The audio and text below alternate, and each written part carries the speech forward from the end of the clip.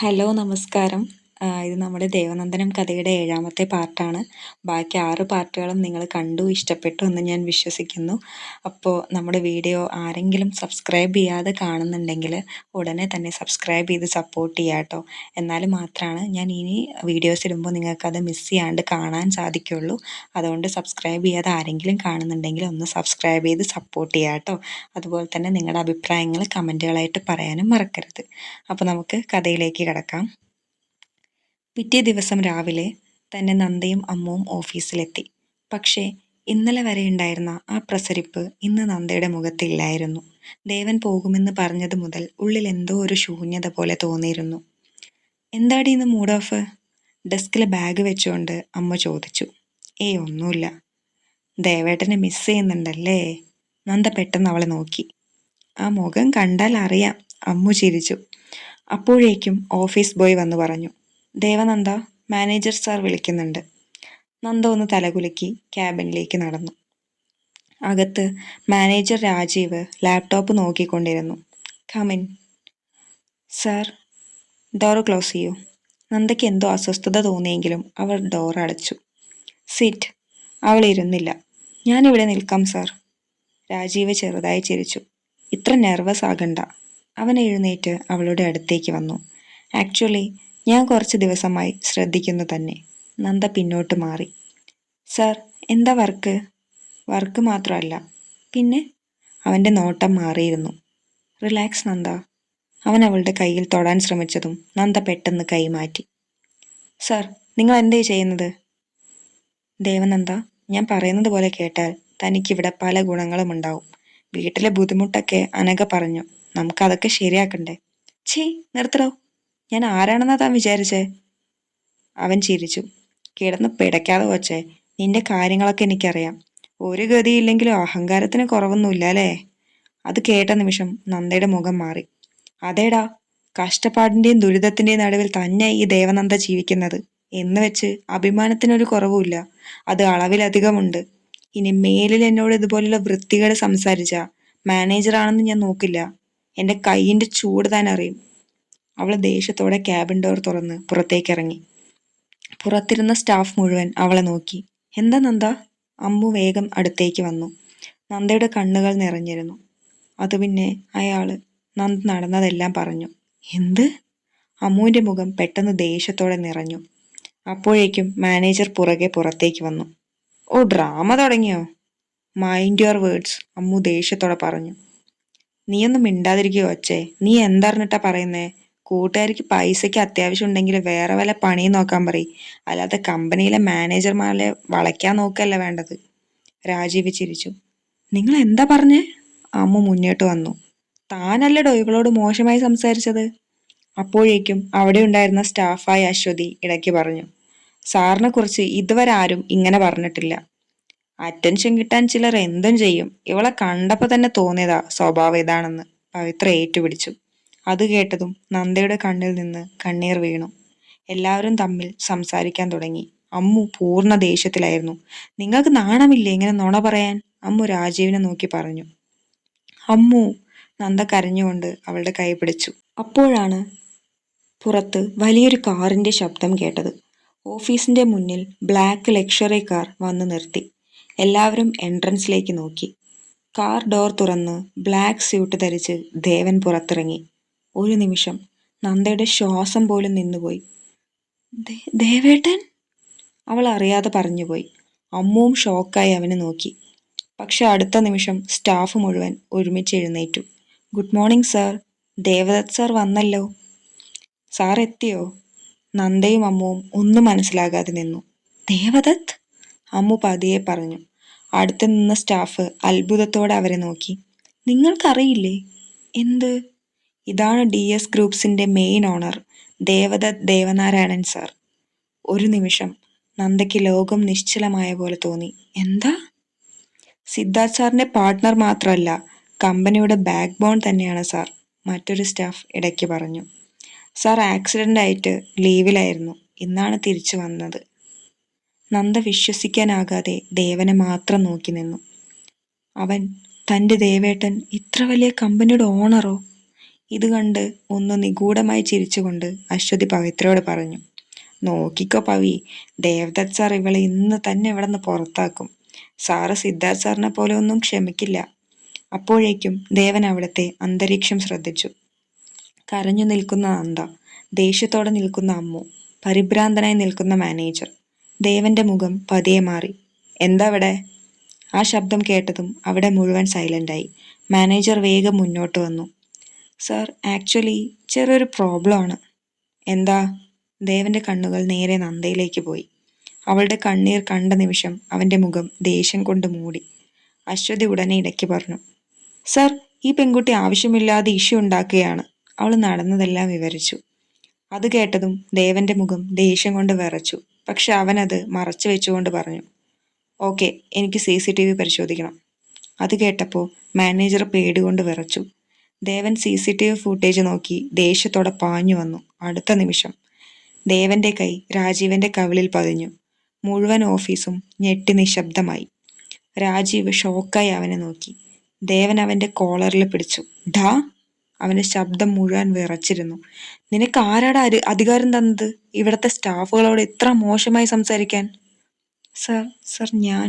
മിണ്ടിപ്പോരുത്. You are dismissed. Get out. ദേവന്റെ കണ്ണുകൾ ദേഷ്യത്തിൽ ചുവന്നു. അവൻ എല്ലാവരെയും നോക്കി. മുഴുവൻ ഓഫീസും സൈലന്റ് ആയിരുന്നു. എന്നിട്ട് അശ്വതിയോട് പറഞ്ഞു, അശ്വതി, താൻ എന്തൊക്കെയാ പറഞ്ഞത്? താനൊരു സ്ത്രീയല്ലേ? വേറൊരു സ്ത്രീയെ കാര്യമറിയാതെ ഇങ്ങനെയൊക്കെ പറയാൻ എങ്ങനെ തോന്നുന്നു? ദേവൻ ദേഷ്യത്തോടെ ചോദിച്ചു. അത് പിന്നെ രാജീവ് സാർ പറഞ്ഞപ്പോൾ... സോറി സാർ. ദേവൻ ഒരു പുച്ഛത്തോടെ അവളെ നോക്കി. ദേവൻ നന്ദയുടെ അടുത്തേക്ക് ചെന്നു. കരഞ്ഞു നിൽക്കുന്ന അവളെ കണ്ടപ്പോൾ അവന് ദേഷ്യം സഹിക്കാൻ പറ്റിയില്ല. നന്ദ കണ്ണു നിറഞ്ഞ് അവനെ നോക്കി നിന്നു. എൻ്റെ ക്യാബിനിലേക്ക് വരൂ. അവൻ അതും പറഞ്ഞ് നേരെ ക്യാബിനിലേക്ക് നടന്നു. നന്ദ അവൻ്റെ പിന്നാലെ നിറകണ്ണുകളോടെ ക്യാബിനിലേക്ക് നടന്നു. പുറത്ത് മുഴുവൻ സ്റ്റാഫ്സും നിശബ്ദമായി നിന്നു. ക്യാബിൻ ഡോർ അടഞ്ഞതും ദേവൻ നന്ദയുടെ കയ്യിൽ പിടിച്ചു. മോളെ. നന്ദ അവൻ്റെ കൈ പതിയെ വിട്ടുമാറ്റി. ദേവൻ അവളെ നോക്കി. കണ്ണുകൾ മുഴുവൻ നിറഞ്ഞിരുന്നു അവളുടെ. നന്ദമോളെ. അവൻ പതിയെ അടുത്തേക്ക് നടന്നു. മോളെ, നീ വിഷമിക്കണ്ട. ആ മാനേജർ, ആ തെണ്ടി ഇന്നു മുതൽ ഇവിടെ ഉണ്ടാകില്ല. ഞാൻ ഇപ്പോൾ തന്നെ ഡിസ്മിസ് ചെയ്യിപ്പിക്കും. പക്ഷെ നന്ദ ഒന്നും മിണ്ടിയില്ല. ദേവൻ അവളെ ചേർത്ത് പിടിക്കാൻ ശ്രമിച്ചതും അവൾ അവൻ്റെ കൈ തട്ടി മാറ്റി. ആ അനിഷ്ടം നിറഞ്ഞ നോട്ടം കണ്ടപ്പോൾ ദേവന്റെ ഹൃദയം ഒന്ന് പിടഞ്ഞു. മോളെ, നീ എന്തിങ്ങനെ? അത് കേട്ട നിമിഷം നന്ദയുടെ സങ്കടം മുഴുവൻ പുറത്തേക്ക് വന്നു. ഒന്നും അറിയില്ല അല്ലേ? അവളുടെ ശബ്ദം വിറച്ചിരുന്നു. എന്നെ പറ്റിച്ചത് ഞാൻ ആരുമില്ലാത്തവളായോണ്ടാണോ? നന്ദ! ഇല്ല, പറയട്ടെ ഞാൻ. കണ്ണീർ തുടച്ചുകൊണ്ട് അവൾ അവനെ നോക്കി. നിങ്ങൾ ആരാണെന്ന് പോലും എനിക്ക് അറിയില്ലായിരുന്നു. എന്നിട്ട് ഞാൻ എത്രമാത്രം നിങ്ങളെ വിശ്വസിച്ചു. ദേവൻ മിണ്ടാതെ നിന്നു. ഞാൻ നിങ്ങളെ എത്ര സ്നേഹിച്ചെന്നറിയോ? അവളുടെ ശബ്ദം ഇടറി. എത്ര സ്വപ്നങ്ങൾ കണ്ടെന്നറിയോ? ദേവന്റെ കണ്ണുകളിലും വേദന നിറഞ്ഞു. നിങ്ങളെ എത്ര നന്നായിട്ടാണ് ഞാൻ ശുശ്രൂഷിച്ചത്. ഒരു സൂചനയെങ്കിലും തരായിരുന്നില്ലേ നിങ്ങൾക്ക്? മോളെ, ഞാൻ എന്തിനെങ്ങനെ ചെയ്തത്? അവൾ കരഞ്ഞുകൊണ്ട് ചോദിച്ചു. എല്ലാവരും ചെറുപ്പം മുതൽ എന്നെ വേദനിപ്പിച്ചിട്ടേ ഉള്ളൂ. ഇപ്പം നിങ്ങളും. ആ വാക്കുകൾ ദേവനെ തകർത്തു. അവൻ പതിയെ അവളുടെ അടുത്തേക്ക് നടന്നു. നന്ദ, ഞാൻ ഇന്നിവിടെ വന്നത് തന്നെ നിന്നോടെല്ലാം പറയാനായിരുന്നു. അവൾ തലയുയർത്തി നോക്കി. നിന്നെ സർപ്രൈസ് ചെയ്യിപ്പിക്കാനാണ് ഞാൻ വിചാരിച്ചത്. അവൻ്റെ ശബ്ദം വളരെ ശാന്തമായിരുന്നു. പക്ഷെ ഇങ്ങനൊരു സിറ്റുവേഷൻ ആകുമെന്ന് ഞാൻ ഒരിക്കലും കരുതിയില്ല. നന്ദ കണ്ണടച്ച് തലകുലുക്കി. വേണ്ട, എനിക്കൊന്നും കേൾക്കണ്ട. മോളെ, ഇപ്പോൾ എനിക്കുണ്ടായ ഈ വേദന അത് എത്രത്തോളം ആണെന്ന് നിങ്ങൾക്കറിയാമോ? എത്രമാത്രം സ്നേഹിച്ചു ഞാൻ നിങ്ങളെ. പറ്റിക്കുകയായിരുന്നല്ലേ? എനിക്കിനി ഒന്നും കേൾക്കണ്ട. അവൾ കണ്ണീർ തുളച്ചിട്ട് ഡോറിന് പുറത്തേക്ക് ഇറങ്ങി. പുറത്തു നിന്നിരുന്ന അമ്മു വേഗം അവളുടെ അടുത്തേക്ക് വന്നു. നന്ദേ. നന്ദ നേരെ അവളെ ചേർത്ത് പിടിച്ച് കരഞ്ഞു. എന്താ മോളെ, നീ കരയണ്ട. അമ്മു അവളുടെ പുറത്ത് തലോടി. എന്നാലും നന്ദ കരച്ചിലിനിടയിൽ പറഞ്ഞു, ദേവേട്ടൻ എന്നോട് ഇങ്ങനെ ചെയ്യുമെന്ന് ഞാൻ കരുതിയില്ല. ഒരു വാക്ക് എന്നോട് പറഞ്ഞില്ലല്ലോ. അമ്മു അവളെ സമാധാനിപ്പിച്ചു. അത് ദേവേട്ടൻ മനഃപൂർവ്വം ചെയ്തതാണെന്ന് തോന്നുന്നില്ല. ഒന്നും അറിയാതെയല്ല ഞാൻ ഇഷ്ടമാണെന്ന് പറഞ്ഞത്. ഒരാളെ നമ്മൾ ആത്മാർത്ഥമായി സ്നേഹിക്കുമ്പോൾ അയാളോട് നമ്മൾ എന്തെങ്കിലും മറച്ചു വെക്കാൻ പാടുണ്ടോ? ഞാനൊരു പൊട്ടി. നന്ദ കരഞ്ഞുകൊണ്ട് പറഞ്ഞു. അമ്മ അവളുടെ മുഖം പിടിച്ചുയർത്തി.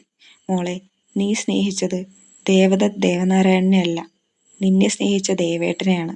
ആ ദേവേട്ടൻ എന്തേലും മറച്ചു വെച്ചിട്ടുണ്ടെങ്കിൽ അതിന് പിന്നിൽ എന്തെങ്കിലും ഒരു കാരണം ഉണ്ടെങ്കിലോ? നീ സമാധാനപ്പെട്. വാ. അമ്മു നന്ദയെ കൂട്ടി ക്യാൻറ്റീനിൽ പോയി.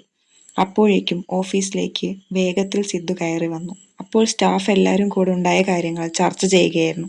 എന്താ ഇവിടെ? എന്താ? ദേവദത്ത് സർ വന്നിട്ടുണ്ട്, ഒരു സ്റ്റാഫ് പറഞ്ഞു. ദേവൻ വന്നോ? സിദ്ധു ഉടനെ ദേവന്റെ ക്യാബിനിലേക്ക് നടന്നു. ഡോറ് തുറന്നതും ദേവൻ ദേഷ്യത്തോടെ നിൽക്കുകയായിരുന്നു. ഡാ, എന്താ സംഭവിച്ചത്? ദേവൻ തിരിഞ്ഞു നോക്കി. സിദ്ധു, ഇവിടെ എന്താ നടക്കുന്നതെന്ന് നീ അറിയുന്നില്ലേ? എന്ത്? ഞാൻ കുറച്ച് ദിവസം ഇല്ലാതായപ്പോഴേക്കും ഇവിടെ എന്തൊക്കെയാ നടന്നത്? അവന്റെ ശബ്ദം ദേഷ്യം കൊണ്ട് വിറച്ചു. ആ രാജീവ്, അവൻ. ദേഷ്യത്തിൽ വിറച്ച മുഖവുമായി ദേവൻ CCTV സിദ്ധുവിന് കാണിച്ചു കൊടുത്തു. സിദ്ധുവിന്റെ മുഖം ദേഷ്യത്തിൽ ചുവന്നു. അവൻ ഇനി ഇവിടെ ഉണ്ടാകാൻ പാടില്ല, ദേവൻ സിദ്ധുവിനെ നോക്കി പറഞ്ഞു. Right now dismiss him. ഒരു നിമിഷം പോലും കളയാതെ സിദ്ധു പുറത്തേക്കിറങ്ങി. മിസ്റ്റർ രാജീവ്, നിങ്ങളെ ദേവൻ ഡിസ്മിസ് ചെയ്തു എന്ന് പറഞ്ഞല്ലോ. ഇതാ dismissal letter. You can go now. അവന്റെ ശബ്ദം മുഴുവൻ ഓഫീസിലും മുഴങ്ങി. മാനേജർ ഭയത്തോടെ മുന്നോട്ട് വന്നു. Sir, who gave you the right to behave like this with an employee? Sir, ഞാൻ. Shut up. സിദ്ധുവിന്റെ ശബ്ദം ഷാർപ്പായി. ഈ കമ്പനിയിൽ വർക്ക് ചെയ്യുന്ന ഓരോ സ്ത്രീക്കും സേഫ്റ്റി ഉറപ്പാക്കേണ്ട ആളാണ് നിങ്ങൾ. മുഴുവൻ ഓഫീസ് സൈലന്റായി. സർ, പ്ലീസ്, ഒരു chance. Not even one word, Sidhu ദേഷ്യത്തോടെ പറഞ്ഞു. You are fired, get out. Rajeev ഒന്നും പറയാനാകാതെ പുറത്തേക്ക് പോയി.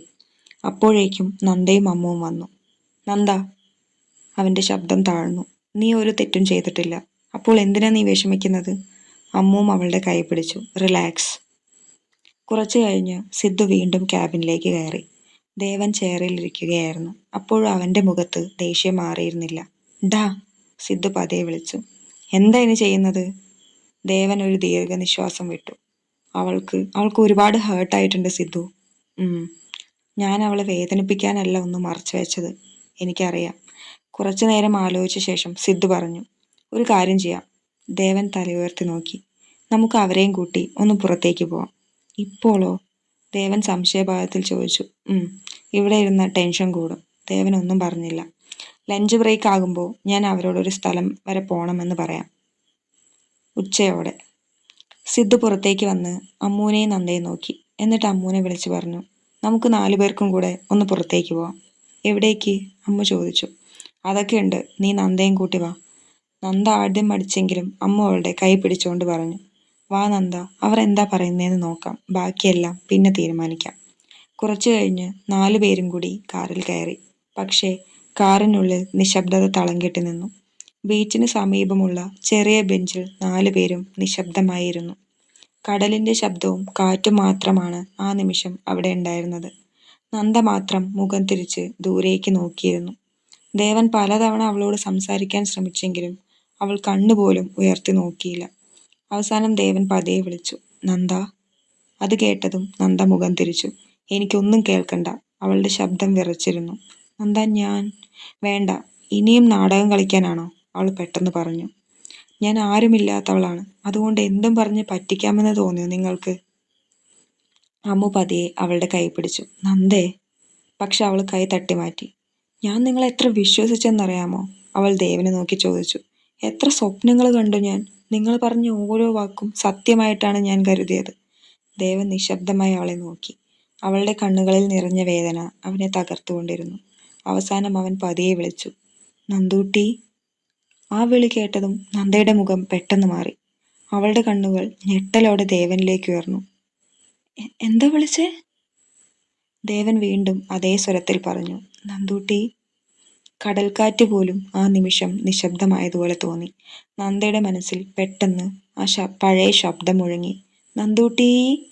ചെറുപ്പത്തിൽ തന്നെ അങ്ങനെ വിളിച്ചിരുന്നത് ഒരാൾ മാത്രമായിരുന്നു. ദേവു ചേച്ചി. അവളുടെ കണ്ണുകൾ പതിയെ നിറഞ്ഞു. ദേവു ചേച്ചി, അവൾ അറിയാതെ പറഞ്ഞു. അമ്മുവും സിദ്ധുവും പരസ്പരം നോക്കി. ദേവൻ പതിയെ തലകുലുക്കി. അതെ, അവന്റെ ശബ്ദം ചെറുതായി വിറച്ചു. നിന്റെ ദേവു ചേച്ചി, എൻ്റെ ദേവൂട്ടി, എൻ്റെ അനിയത്തിയായിരുന്നു ദേവിക. നന്ദ ഞെട്ടലോടെ അവനെ നോക്കി നിന്നു. എനിക്കൊന്നും മനസ്സിലാവുന്നില്ല. ദേവൻ ആഴത്തിൽ ശ്വാസമെടുത്തു. എല്ലാം ഞാൻ പറയാം. ദേവു മരിച്ചത് നിന്റെ തറവാടിന്റെ കുളപ്പടവിൽ നിന്നാണ്. നിനക്കത് അറിയാമായിരിക്കുമല്ലോ. ആ വാക്കുകൾ കേട്ടോ നന്ദയുടെ കണ്ണുകൾ വലുതായി. ദേവൻ കടലിലേക്ക് നോക്കി. പക്ഷേ അതൊരു സാധാരണ മരണം ആയിരുന്നില്ലെന്ന് എനിക്ക് എപ്പോഴും തോന്നിയിരുന്നു. എന്ത്? നന്ദ ഞെട്ടി. അതെ, ദേവൻ പറഞ്ഞു. സിദ്ധു നിശബ്ദമായി എല്ലാം കേട്ടിരുന്നു. ആ സംഭവത്തിന് ശേഷം കേസൊക്കെ പെട്ടെന്ന് അവസാനിച്ചു. തെളിവൊന്നും കിട്ടിയില്ല. എല്ലാവരും അത് ആക്സിഡന്റ് ആണെന്ന് പറഞ്ഞ് അവസാനിപ്പിച്ചു. ദേവന്റെ കണ്ണുകൾ നിറഞ്ഞിരുന്നു. പക്ഷെ എൻ്റെ മനസ്സിന് അതൊരിക്കലും അംഗീകരിക്കാൻ കഴിഞ്ഞിരുന്നില്ല. നന്ദയുടെ ശ്വാസം പോലും നിലച്ചു പോകുന്നത് പോലെ അവൾക്ക് തോന്നി. അത് അത് അന്വേഷിക്കാനാണോ ദേവേട്ടൻ ഇവിടെ വന്നത്? ദേവൻ പതിയെ അവളെ നോക്കി. അതേ നന്ദൂട്ടി. ആ വിളി വീണ്ടും കേട്ടപ്പോൾ അവളുടെ കണ്ണുകൾ നിറഞ്ഞു. ദേവുവിന്റെ മരണത്തിന് പിന്നിലെ സത്യം കണ്ടെത്താനാണ് ഞാൻ വന്നത്. അവൻ നിശബ്ദമായി. പക്ഷേ ഇവിടെ വന്നപ്പോൾ ഞാൻ ഒരിക്കലും പ്രതീക്ഷിക്കാത്ത നീ എൻ്റെ ജീവിതത്തിന്റെ ഭാഗമായി. നന്ദയുടെ കണ്ണുകൾ അവനിൽ പതിഞ്ഞു. ഞാൻ നിന്നെ പറ്റിച്ചിട്ടില്ല മോളെ. എൻ്റെ ജീവനാ നീ. ഞാൻ ഉണ്ടാവുമെന്നും നിനക്ക് ഈ ജീവിതകാലം മുഴുവൻ താങ്ങായി തണലായി. അവളുടെ ഹൃദയം നിശ്ചലമായതുപോലെ അവൾക്ക് തോന്നി. രണ്ടുപേരുടെയും കണ്ണുകൾ നിറഞ്ഞു. അമ്മു ഇത് കണ്ട് നിറകണ്ണുകളോടെ അവരെ നോക്കിയിരുന്നു. സിദ്ധു ദൂരേക്ക് നോക്കിയിരുന്നു. ദേവൻ വീണ്ടും പറഞ്ഞു, നിന്റെ വീട്ടിൽ ഞാൻ കണ്ട ഓരോ കാര്യവും ദേവു പറഞ്ഞിട്ടുണ്ട്. നന്ദയുടെ കണ്ണുകൾ വിറച്ചു. ദേവു ചേച്ചി എന്നെക്കുറിച്ച് പറഞ്ഞിരുന്നോ? ദേവന്റെ ചുണ്ടിൽ ചെറുചിരി വന്നു. എപ്പോഴും. ആ വാക്ക് കേട്ടതും നന്ദയുടെ കണ്ണിൽ നിന്ന് കണ്ണീർ വീണു. നന്ദൂട്ടി ഇങ്ങനെ പറഞ്ഞു, നന്ദൂട്ടി അങ്ങനെ ചെയ്തു എന്നൊക്കെയായിരുന്നു അവളുടെ സംസാരം മുഴുവൻ. നന്ദ ചുണ്ട് കടിച്ചു പിടിച്ച് കരയാതിരിക്കാൻ ശ്രമിച്ചു. ദേവന്റെ ശബ്ദം വീണ്ടും മന്ദമായി.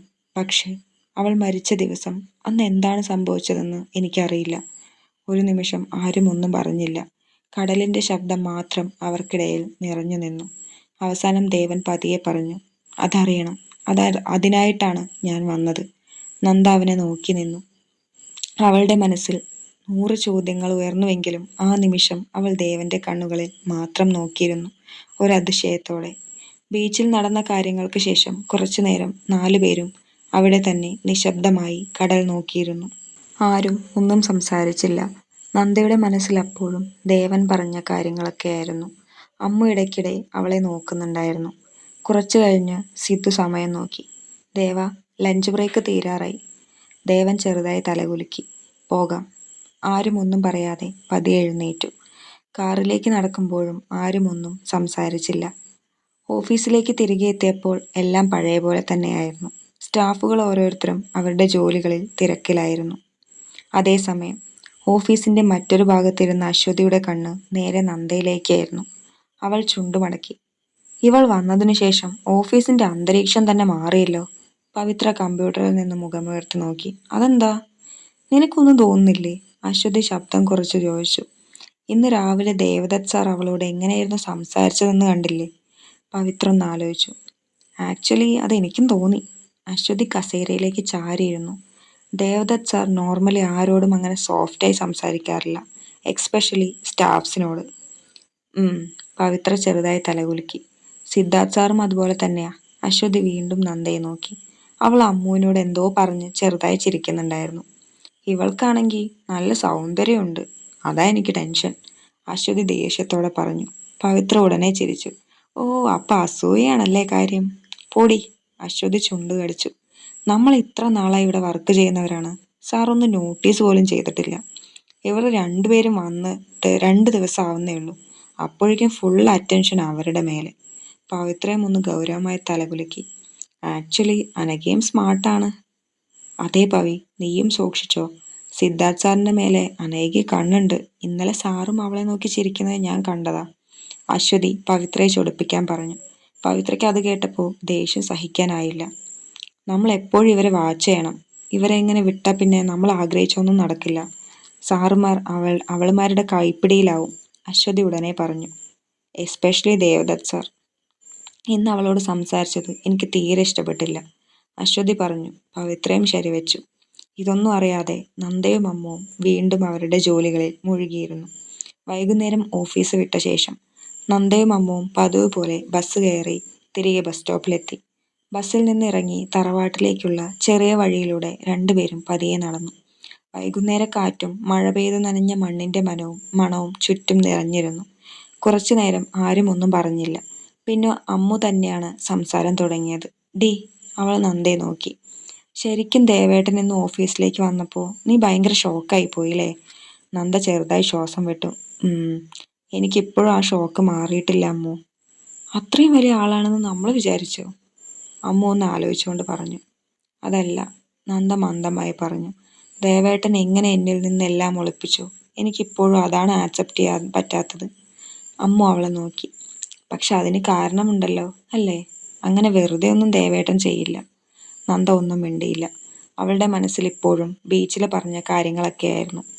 ദേവിക, നന്ദൂട്ടി, കുളപ്പടവ് എല്ലാം ചേർന്ന് തല കറങ്ങുന്ന പോലെ തോന്നി. എന്നാലും അമ്മു വീണ്ടും പറഞ്ഞു. ദേവേട്ടന്റെ അനിയത്തി ഇവിടെയൊക്കെ വന്നിട്ടുണ്ടായിരുന്നു എന്ന് കേട്ടപ്പോൾ എനിക്കും എന്തോ പോലെ ഫീലായി. അപ്പൊ നിനക്കെങ്ങനെയായിരിക്കും? നന്ദ പതിയെ തലകുണിച്ചു. എനിക്കിപ്പോഴും ഒന്നും ക്ലിയർ അല്ല അമ്മു. ദേവേട്ടൻ പറഞ്ഞതൊക്കെ കേൾക്കുമ്പോൾ എന്തോ പേടി തോന്നുന്നുണ്ട്. പേടിക്കാനൊന്നുമില്ല, അമ്മ ഉടനെ പറഞ്ഞു. ദേവേട്ടനുണ്ടല്ലോ, എന്തായാലും പുള്ളി നിന്നെ ഹേർട്ട് ചെയ്യാൻ വരില്ല, അതെനിക്ക് ഉറപ്പാണ്. നന്ദ ചെറുതായി ചിരിച്ചു.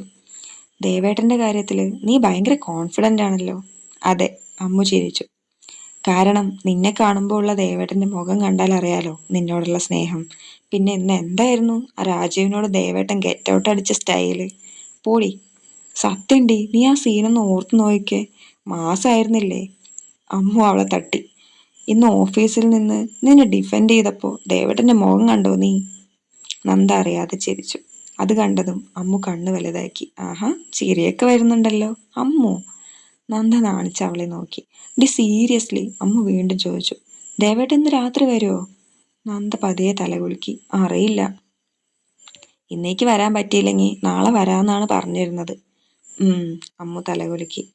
എന്തായാലും അധികം ചിന്തിച്ച് മനസ്സ് വേദനിപ്പിക്കണ്ട, സമാധാനമായിരിക്കെ. ബാക്കി കാര്യങ്ങളൊക്കെ ദേവേട്ടൻ നോക്കിക്കോളും. നന്ദ ഒന്നും പറയാതെ ചെറുതായി ചിരിച്ചു. അപ്പോഴേക്കും അമ്മുവിൻ്റെ വീട്ടിലേക്കുള്ള വഴി എത്തിയിരുന്നു.